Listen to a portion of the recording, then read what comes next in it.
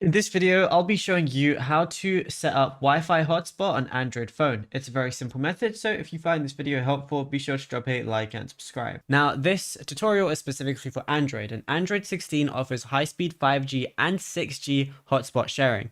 So using your phone as a router allows you to share your mobile data with any other smartphone, tablet, or laptop. What you want to do to start it is go over to your settings application, go over to connections, and then you're going to see mobile hotspot and tethering as one of the options. So go ahead and click on that. And you're going to see mobile hotspot.